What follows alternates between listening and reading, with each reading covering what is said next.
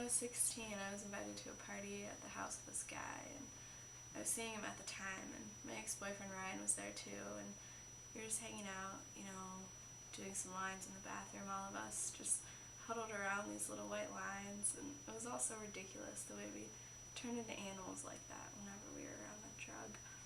But eventually we ran out, and the guys were like, oh, don't worry, we can get you some more. And the girls were like, yeah, okay. But then they were like, oh no, you can't just get it for free.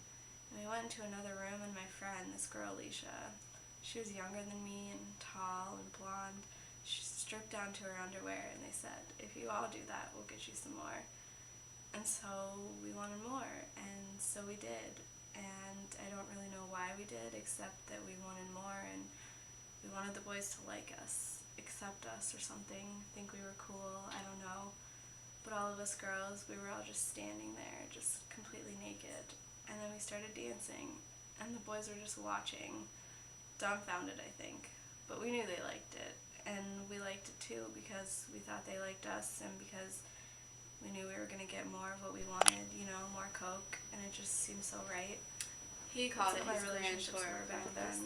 I found this funny because I didn't really think that our town deserved such a fancy sounding name for a tour. So I did whatever I could to get it. It's also funny because we both lived there our whole entire lives. I didn't realize I was doing all the wrong things and going about But it had been months since I'd seen those streets, and they'd once been so familiar to me, and streets that I used to have memorized, streets that used to create this kind of panic in me. They used to create this delicious but this heart-wrenching overflow of memories. Streets that I had proudly claimed in my bursting, blooming teenage heart as my only truth. But, it was different now, and I wasn't on the streets of Columbus that night. I was existing in this alternate universe where dilapidated houses with dirt floors and broken chain link fences and dirty boys with knives in their pockets didn't really exist. And, I was somewhere that felt safe, somewhere that felt distant from that place that I thought I knew.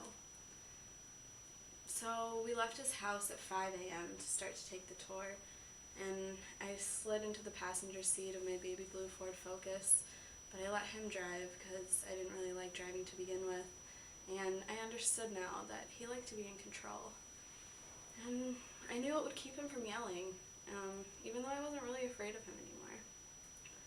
The streetlights on high were sparkling, and when we drove faster than we usually went, and they lit up the dark roadways in these dancing lines of blue and pink and purple and red, and he pointed out the hot pink bubbly letter graffiti he had tattooed on the side of buildings. We pulled over occasionally to take photographs of each other, and it was moments like that when I was reminded of why I liked him, because we did things like that together.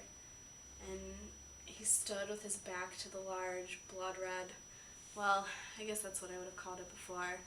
Now, I thought it looked more like rose red, sign outside of the art college, and the moonlight was just striking his face in a way that, would have made him look evil and sinister before, but he just looked innocent now.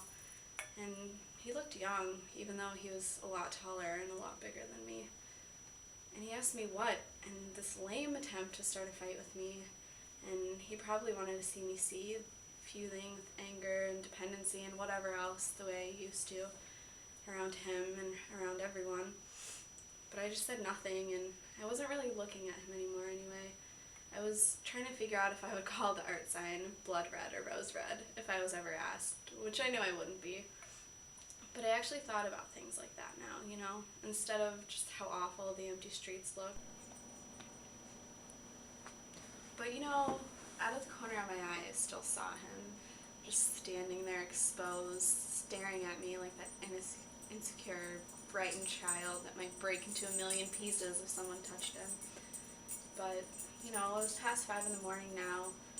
It didn't feel too late though, because we'd slept all day, alternating between sleeping and fucking and licking blueberry donuts from Buckeyes off of each other's fingers. But even our reasons for sleeping together now, they just seemed different and distant. He didn't want me, but he just needed me somehow, and I existed on the other end of the spectrum. I didn't need him, but there was a little part of me that wanted him, but only me when he didn't